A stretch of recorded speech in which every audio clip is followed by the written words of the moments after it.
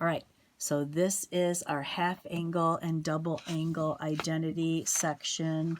I've forgotten which section it is. Let me quick go back and look. It is section 7.6, and I believe this is this number 2 or number 3? I think this is number 2, part 2. All right, so for the double angle identities and this triple angle identity, I showed you how they got them. I'm not going to do that anymore for any of the other ones. I'm just going to give you the identities. So sine, this is a half angle identity, so it's not 2 times alpha, it's alpha divided by 2. So it's plus or minus the square root of 1 minus cosine alpha over 2. And this is why I don't make you memorize them. Cosine of alpha over 2 is plus and minus the square root of 1 plus cosine alpha over 2. And tangent alpha over 2, and technically there are 3 of them. I'm going to give you the last 2 at the very end, but the one I'm going to give you here is plus and minus. And this one kind of makes sense because remember, tangent is sine over cosine. So if I took these 2 radicals, put them over one another, the 2's would cancel, and it's 1 minus cosine alpha over 1 plus cosine alpha. All right, so let's go ahead and let's do a couple of examples with these. So the algebra is going to get a little tricky with these, as I've said a couple of other times. So use a half angle formula to find the exact value of 22.5 degrees. So obviously 22.5 is not one of our special angles, but I could change this into the sine of 45 degrees divided by 2, because what is 45 divided by 2? It's 22.5. So I'm going to be using the sine half angle identity.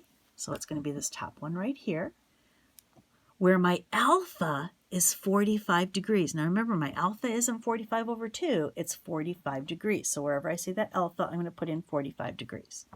So don't get confused with that. So that would be the sine of 45 over 2 equals, now, is it plus or is it minus? Well, where is 22.5 degrees on your unit circle? It's in quadrant 1. So obviously it's going to be the positive square root of 1 minus the cosine of 45 degrees over 2. Now it's just algebra. That would be the square root of 1 minus root 2 over 2 over 2.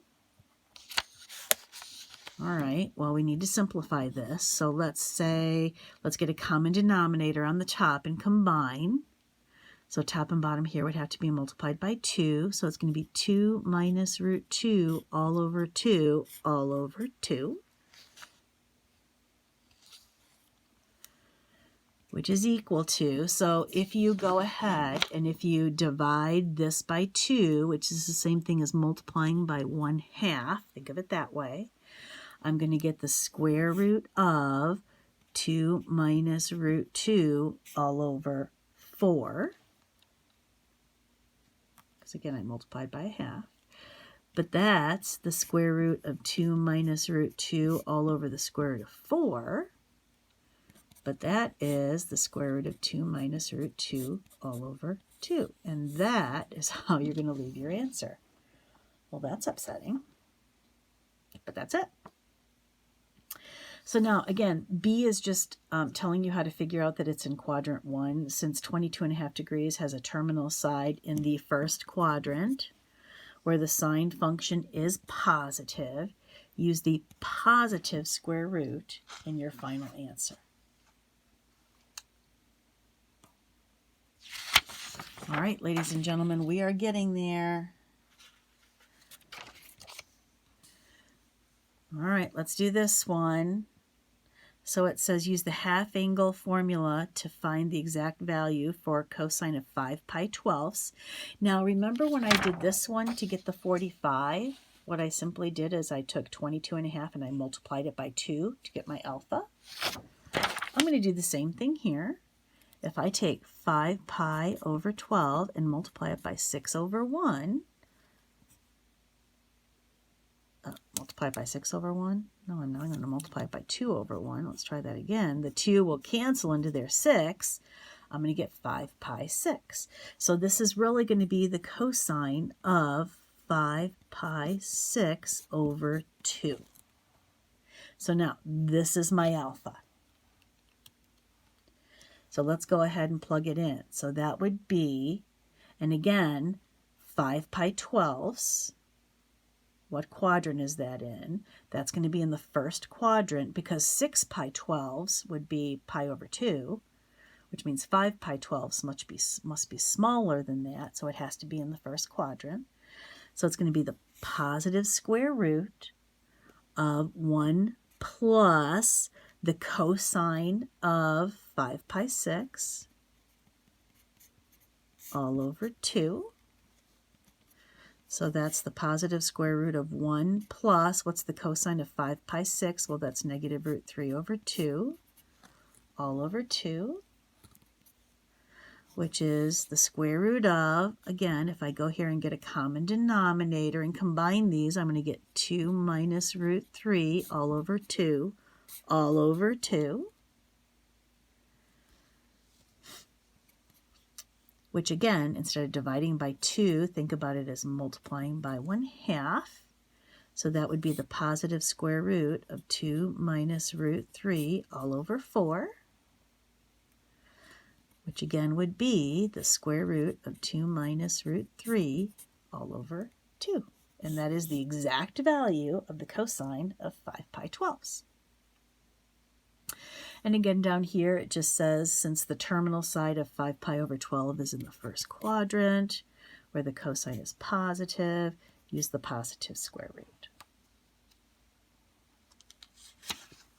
All right, so here we go. Let's go ahead. And this is our last example of our notes. How exciting is that?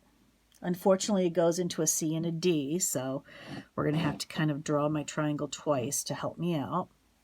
So again, we have the tangent of alpha is equal to negative 1/5, so I'm going to draw myself a triangle. It says that alpha is between pi halves and pi, so that gives me a second quadrant alpha. If the tangent is negative 1/5, that means this is going to be 1 and this is going to be negative 5, which makes my hypotenuse the square root of 26.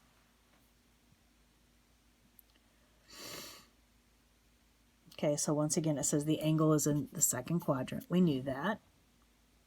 So now, think of it this way. If my angle is in the second quadrant, my alpha, where is alpha over 2? Well, if I take any angle in the second quadrant, 150, and if I divide that by 2, what quadrant is that angle going to be in? That angle is going to be in quadrant 1. If I take 150 and divide by 2, it's going to give me 75. So, since alpha over 2 is in the first quadrant, and I just told you why, our final answer will be, again, the positive square root. So, here we go.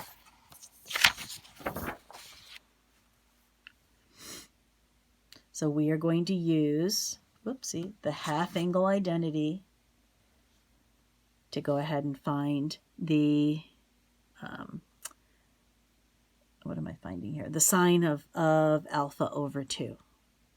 And again, what is our alpha? Well, we don't really know what our alpha is, but we have our picture of our triangle. In fact, I'm going to go ahead and I'm going to redraw it here. It'll take me 2 seconds, but I feel better if it's here.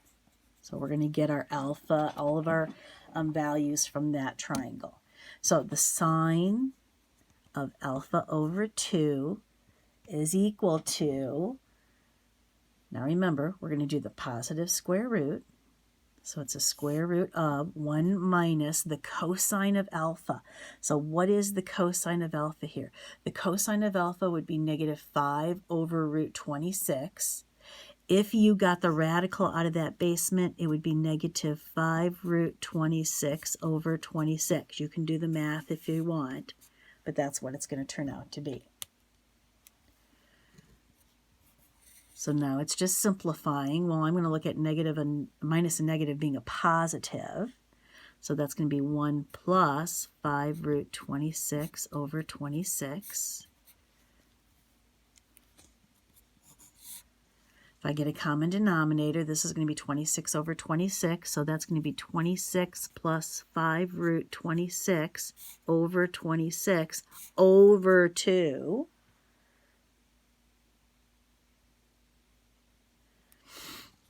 Now again, instead of dividing by 2, think of it as multiplying by 1/2. So that's going to give me the square root of 26 plus 5 root 26 all over 52. And that is how we're going to leave it. We could simplify it a little bit more, but there's really no reason to do that. All right, so remember, here's the last thing in our notes. Remember I told you a few minutes ago that I gave you that tangent alpha over 2, which was plus and minus the square root of 1 minus cosine alpha over 1 plus cosine alpha. I told you there were 2 more. These are much more agreeable to use, so I'm just going to give them to you. So the tangent of alpha over 2, and by the way, we have seen these before. We did a little bit of proving with these. There's one that's 1 minus cosine alpha over sine alpha. And the other one is sine alpha over 1 plus cosine alpha. And that is the end of the notes for Math 125. 129.